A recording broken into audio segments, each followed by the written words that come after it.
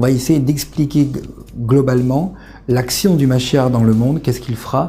Donc, ces paroles qui vont suivre en force de loi et décrivent vraiment une réalité telle que les choses se passeront. Il décrit tout un processus de dévoilement, si on peut parler ainsi, ou bien un processus d'action du Mashiach, qu'est-ce qu'il fera et comment il va amener tout le peuple juif à suivre les voies du judaïsme. Alors, tout d'abord, le Rambam nous dit qu'un roi va se lever. Ve'im ya'amod meler, s'il se lève un roi, mibet David, de la maison de David, cet homme-là, il est Ogé Torah, il est étudiant grand dans la Torah, ve'osek be-mitzvot, et qu'il s'occupe des mitzvot comme David à vivre, comme David son aïeul, puisque le Mashiach descend du roi David, et qu'il respecte les lois d'après la Torah écrite comme la Torah orale.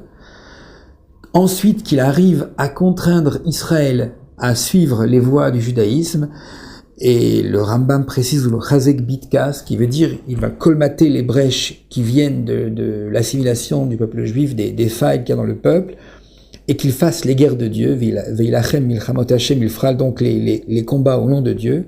Alors cet homme-là, s'il accomplit toutes ces tâches décrites ici, il a ce qu'on appelle le statut de Cheskat Mashiach, présomption qu'il est Mashiach. Il a des signes qui sont très très forts et qui nous font penser qu'il a vraiment le statut de Mashiach avec présomption très très forte. Maintenant, s'il fait d'autres choses, lesquelles? S'il réussit dans ce travail-là, on voit vraiment qu'il réussit avec beaucoup de succès, et qu'il construit le Beth Amikdash à son emplacement, et qu'il rassemble tous les exilés d'Israël, alors là, il a le statut de Mashiach avec certitude.